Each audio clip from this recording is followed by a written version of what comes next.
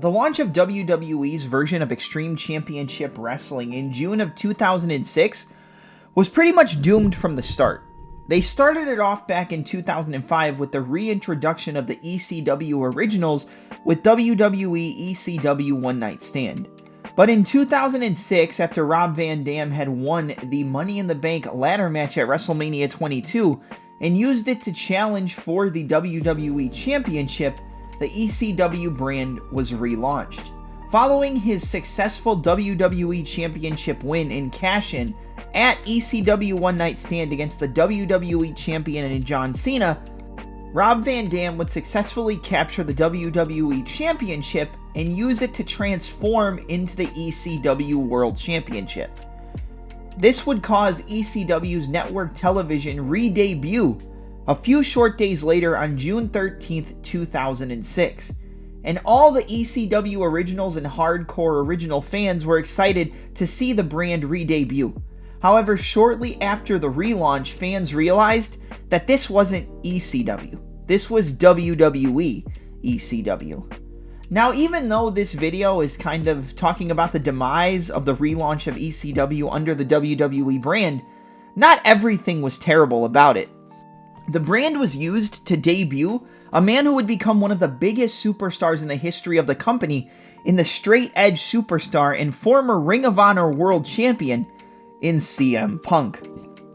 CM Punk's WWE debut would take place on ECW in a match against Just Incredible, an ECW original, and it wouldn't take long for CM Punk to eventually capture the ECW World title, doing so by defeating Johnny Nitro, now known as John Morrison, after Johnny Nitro defeated CM Punk for the vacant ECW title at WWE Vengeance Night of Champions in 2007.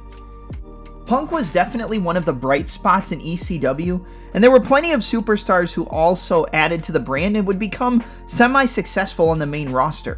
Some of my favorite superstars to debut in ECW were the likes of Evan Bourne, the master of the Shooting Star Press, alongside with Tyson Kidd and Natalya, and then Kevin Thorne, who was originally known as Mordecai back in his WWE debut in 2004 on the SmackDown brand, where he was eventually set to feud with The Undertaker. Thorne was set to relaunch as a member of the New Brood alongside the original founder of the group in Gangrel and his assistant in the Upside Down Hanging Ariel on ECW television. I'm pretty disappointed we never got to see the relaunch of the Brood, even though it probably wouldn't have been amazing. I feel like it would have been a bright spot during the relaunch and the reminiscing of the ECW relaunch, but, we never got to see it.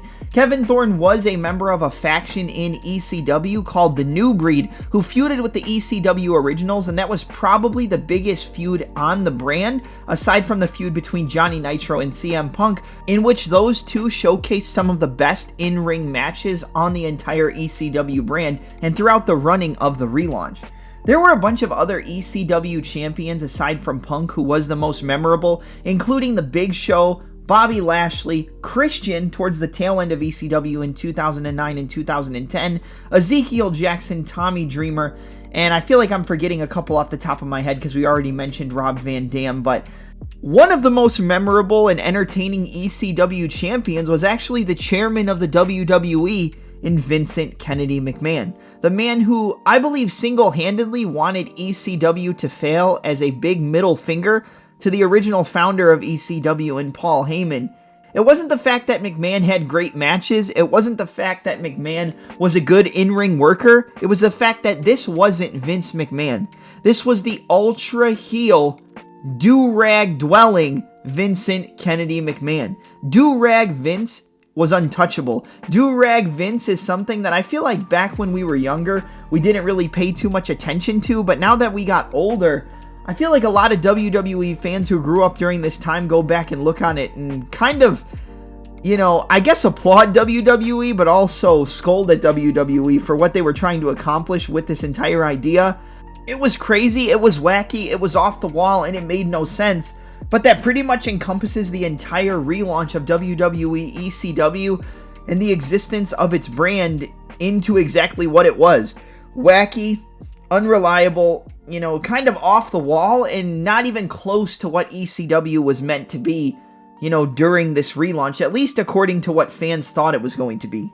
I mean, even if you look back at their one and only pay-per-view that they had, aside from ECW One Night Stand, in ECW December to Dismember, there was some good matches on the show, including the likes of Eminem versus the Hardy Boys, but an Extreme Elimination Chamber was thought to be this new, unbelievable match type, and it turned out to be just a regular chamber where the champion in the Big Show was eliminated early on in the match during the first 5 minutes before anybody else entered the match by CM Punk. And then at the end of the match, it would go on to have Bobby Lashley win the ECW title. Bobby Lashley would lose the title to Vince McMahon. And then the title would kind of just hot potato between John Morrison, CM Punk, and all the other people that we mentioned during this video. And there was never consistency with WWE ECW. Like I said, there was some good points.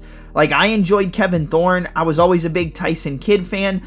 Evan Bourne was one of my favorite wrestlers at the time in 2009 and 2010. The matches between Punk and Morrison were really good, but there's nothing you can really look back on that not only really makes you think of the original ECW that was brought to life under Paul Heyman, or that even gives you a sense of relief and positivity when thinking about what they tried to accomplish with this brand. It was doomed from the start. It wasn't ECW. It was, like we said, the WWE's version of ECW, and it deserved better, because I feel like they had a lot of potential for what they could have done, but that's kind of the story of the WWE. A ton of potential with certain storylines that are never really able to grab the proverbial brass ring and live up to their true potential. And that's the exact story of the relaunch of WWE ECW.